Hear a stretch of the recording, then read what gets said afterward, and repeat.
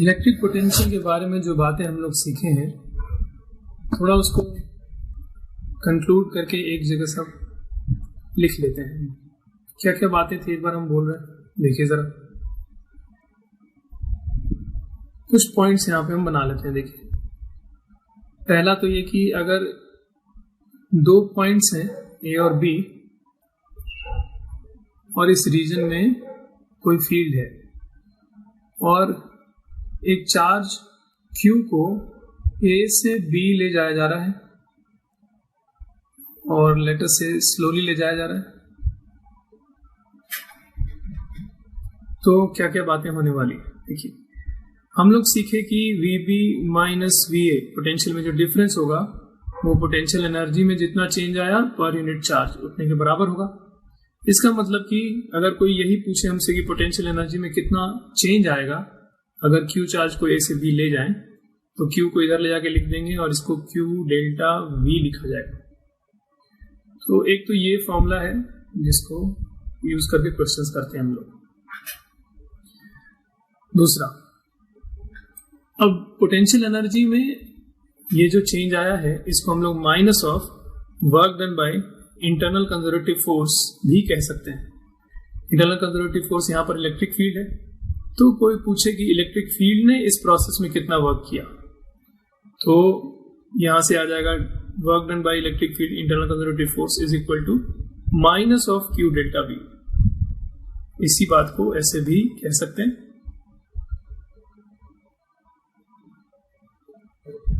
और नेक्स्ट बात ये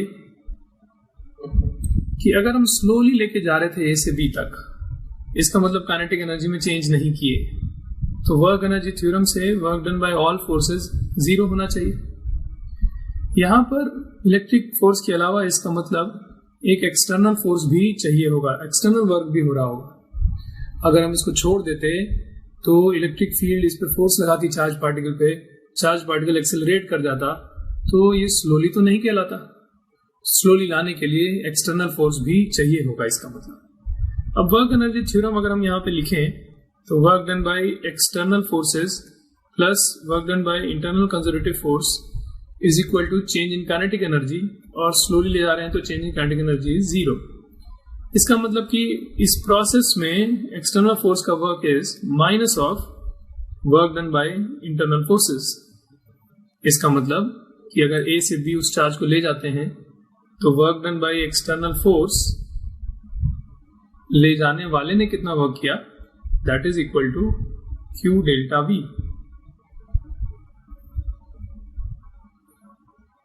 ये तीन बातें तो याद रखनी चाहिए। चलिए नेक्स्ट बात पे आते हैं। नेक्स्ट बात,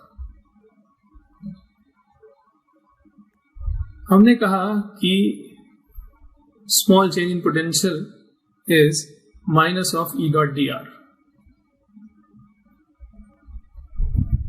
मतलब कि अगर इस रीजन में इलेक्ट्रिक फील्ड E है ऐसा, और A पॉइंट से B पॉइंट तक आप A से B तक की बात कर रहे हैं,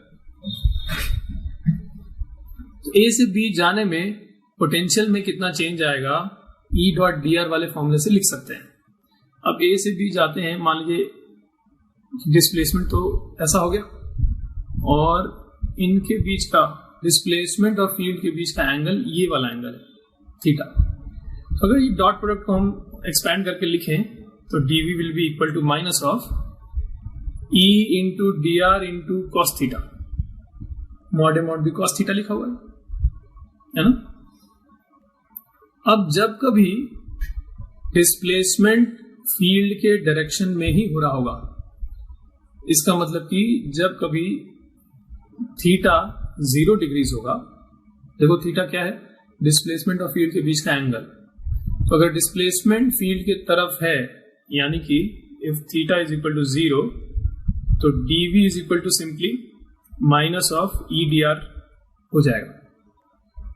और जब कभी डिस्प्लेसमेंट फील्ड के परपेंडिकुलर डायरेक्शन में हो रहा होगा, इसका मतलब कि if theta is equal to 90 degrees है, तो cos 90 0 हो जाएगा। इस केस में dv इज इक्वल टू 0 हो जाएगा। इसका मतलब कि अगर फील्ड के डायरेक्शन में ही चलते हैं dr लेंथ, तो पोटेंशियल में चेंज edr होगा माइनस ऑफ edr, और अगर फील्ड के परपेंडिकुलर डायरेक्शन में dr लेंथ चलते हैं तो पोटेंशियल में चेंज 0 होगा। ये बात भी ध्यान रखनी चाहिए। और अब नेक्स्ट पॉइंट, हम लोगों ने लिखा था कि फील्ड का x component is minus of del V by del X. कहने का मतलब y और z को कांस्टेंट मानते हुए x के रिस्पेक्ट में डिफरेंशिएशन किया जाए v का, तो फील्ड का x कॉम्पोनेंट आएगा। इसको ऐसे कह सकते हैं कि x डायरेक्शन में पोटेंशियल का जो रेट ऑफ चेंज है वही x डायरेक्शन का फील्ड है। सिमिलरली y डायरेक्शन का फील्ड होता है y डायरेक्शन में पोटेंशियल किस रेट से चेंज कर रहा है, और माइनस साइन तो रहेगा ही। y डायरेक्शन में पोटेंशियल का रेट ऑफ चेंज क्या है, into -1, that is y direction वाला फील्ड, है ना। जैसे कि मान लीजिए कोई कहे कि इस रीजन में x डायरेक्शन में जाने पर पोटेंशियल में चेंज हो रहा है 10 वोल्ट पर मीटर का, है ना, रेट ऑफ चेंज हो गया ही। और y डायरेक्शन में जाने पर पोटेंशियल में चेंज हो रहा है 5 वोल्ट पर मीटर का। तो इसका मतलब ये हुआ कि यहां पर x डायरेक्शन में फील्ड है -10 और y डायरेक्शन में फील्ड है -5, है ना। इसका मतलब कि टोटल फील्ड हो गया -10 i cap plus -5 j cap, ना, ex i cap plus y j cap लिखा हुआ है। तो ये तीन बातें हम लोगों को ध्यान में रखनी चाहिए। आगे आपके नोट्स में जो क्वेश्चन दिया है उसको देखते हैं। उसमें है कि find potential at surface of shell A B and C. 3 concentric shells हैं ए बी और सी, और उनका रेडियस r, 2r और 4r दिया हुआ है। जो इनर मोस्ट शेल है उस पे 2q चार्ज रखा गया, फिर बी वाले शेल पे q चार्ज है और सी वाले शेल पे 2q चार्ज है। तो इतना चार्ज दे दिए और पूछा है कि पोटेंशियल बताना है, ए के सरफेस पे कितना पोटेंशियल है, बी के और सी के सरफेस पे कितना पोटेंशियल है। तो इस तरह के क्वेश्चंस कैसे सॉल्व करते हैं, चलिए ये सीखा जाए।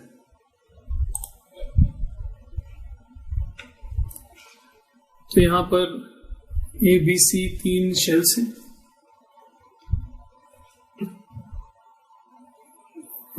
इनका रेडियस r, 2r और 4r है। ये नाम लिख देते हैं ए बी एंड सी। इस पर चार्ज 2q दिया गया था, इस पर चार्ज q दिया गया था और इस पर 2q चार्ज दिया गया था। इनके रेडियस r, 2r और 4r लिख दे रहे हैं। चलिए अब यहां का पोटेंशियल पता करना है। सबसे पहले ए का पोटेंशियल अगर पता करना है तो देखिए ए वाला जो खुद का चार्ज है 2q, वो तो शेल अपने सरफेस पे जो पोटेंशियल बनाता है, तो ए अपने ही चार्ज की वजह से जो यहां पर पोटेंशियल बनाएगा, तो सरफेस पे फॉर्मूला होता है kq बाई r, मतलब k 2q बाई r लिखा जाएगा। तो ए के खुद के चार्ज की वजह से ए पर इतना पोटेंशियल हुआ। अब बी के चार्ज की वजह से भी ए पर कुछ पोटेंशियल होगा। बी जो शेल है वो उसका रेडियस ए के रेडियस से ज्यादा है, मतलब ए वाला जो पॉइंट है जहां हम पोटेंशियल बताना चाहते हैं वो बी के अंदर का पॉइंट है, और कोई शेल अपने अंदर के पोजीशन पे जो पोटेंशियल बनाता है वो उतना ही होता है जितना उसके सरफेस पे है। ऐसा सीखे थे हम लोग। तो बी अंदर के पॉइंट पे पोटेंशियल कितना बनाएगा, तो जितना सरफेस पे, सरफेस का फॉर्मूला होता है kq बाई r, तो क्या लिखेंगे, k और बी का चार्ज है क्यू, तो के क्यू बाई बी का रेडियस है 2r, तो के क्यू बाई 2r लिखा जाएगा। सिमिलरली सी के लिए भी ए जो है वो अंदर का पॉइंट है, तो सी जो ए पर पोटेंशियल बनाएगा, अंदर के पॉइंट पर पोटेंशियल का फॉर्मूला यूज किया जाएगा, के क्यू बाई आर, सरफेस पे जितना उतना अंदर। ठीक है, चलिए तो हम लिखते हैं, पहले पोटेंशियल एट ए लिखने जा रहे हैं। पहले ए के खुद के चार्ज की वजह से लिखेंगे, तो के इंटू 2q उसका चार्ज है बाई आर, के क्यू बाई आर लिख दिए, प्लस बी के कारण ए पर कितना पोटेंशियल, तो अंदर के पॉइंट पर पोटेंशियल बना रहा है बी, कितना, सरफेस के जितना, तो के इंटू क्यू लिखा जाएगा अपॉन 2r। ये क्यू जो लिखा है ये बी का चार्ज है, और 2r जो है वो बी का रेडियस है, प्लस सी ने कितना बनाया होगा, जितना आपने सरफेस पे बनाया होगा अंदर के सारे पॉइंट्स पे उतना ही बनाएगा, तो कितना, तो के इंटू सी का चार्ज 2q अपॉन सी का रेडियस 4r। तो ये हो गया, this is equal to K Q by are, सब में से कॉमन ले ले, तो 2 प्लस 1/2 प्लस 1/2, मतलब कि 3 के क्यू बाई आर। ये हो गया पोटेंशियल ए पर। अब इसी तरह से बी पर पोटेंशियल लिखने जा रहे हैं, बी की बात करते हैं। तो बी पर ये पॉइंट ले लिए एक। अब ए के लिए बी बाहर का पॉइंट है, तो बाहर के पॉइंट पे शेल कितना फील्ड बनाता है, उसका फॉर्मूला होता है के क्यू बाई एक्स, सेंटर से उस पॉइंट का दूरी है ना। तो ए के सेंटर से बी का ये जो पॉइंट है उसका दूरी है 2r। तो ए ने यहां पर कितना पोटेंशियल बनाया लिखने जा रहे हैं, के क्यू बाई एक्स, मतलब के इंटू ए का चार्ज कितना 2q अपॉन एक्स, सेंटर से दूरी कितना 2r, ये ए ने बनाया, प्लस अब बी के खुद के चार्ज की वजह से यहां कितना पोटेंशियल है, तो बी का तो ये सरफेस ही है, तो सरफेस पर पोटेंशियल का फॉर्मूला यूज करते हैं के क्यू बाई आर वाला।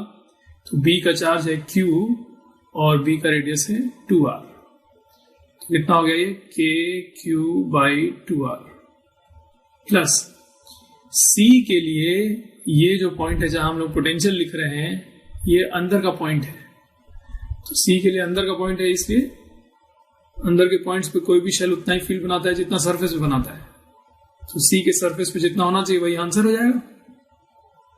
तो सी के सरफेस पे कितना होना चाहिए सी के चार्ज की वजह से, तो के सी का चार्ज अपॉन सी का रेडियस,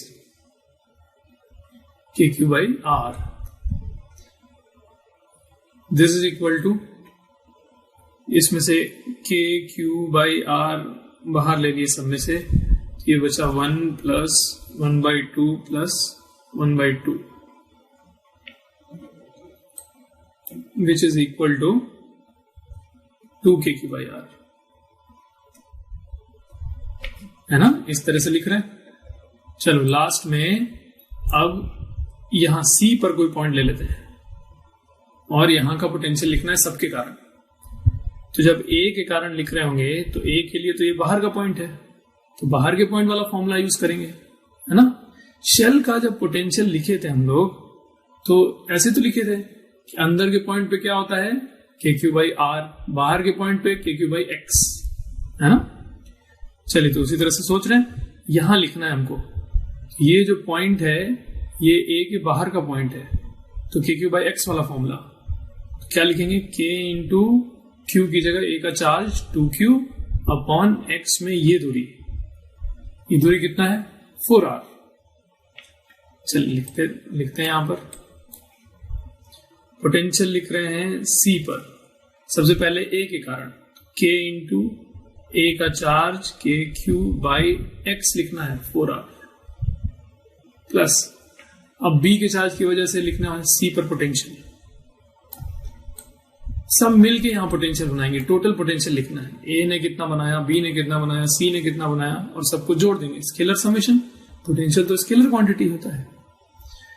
चलिए तो बी के लिए ये जो पॉइंट है जहां हम पोटेंशियल लिख रहे हैं ये बाहर का पॉइंट है, तो मतलब के क्यू बाई एक्स वाला फॉर्मूला x की जगह पे क्या लिखेंगे, सेंटर से यहां तक का दूरी मतलब 4r, और q की जगह पे b का चार्ज मतलब कि q, b पे तो q ही चार्ज है। चलिए तो लिखने जा रहे हैं k q by x, k q by x की जगह पे 4r प्लस c के खुद के चार्ज की वजह से, तो ये तो सरफेस ही है c का, तो सरफेस वाला फॉर्मूला के क्यू बाई आर वाला फॉर्मूला, c का चार्ज लिखेंगे 2q और रेडियस लिखेंगे 4r। खुद के चार्ज की वजह से k 2q by 4r, this is equal to K Q by R बाहर ले लिए सब में से, तो ये बचेगा 1/2 plus 1/4 plus 1/2, this is equal to ये 1 plus 1/4 5/4 times K Q by R. ये आंसर हो गया। सी का पोटेंशियल इतना है, बी का पोटेंशियल इतना है और ए का पोटेंशियल ये है।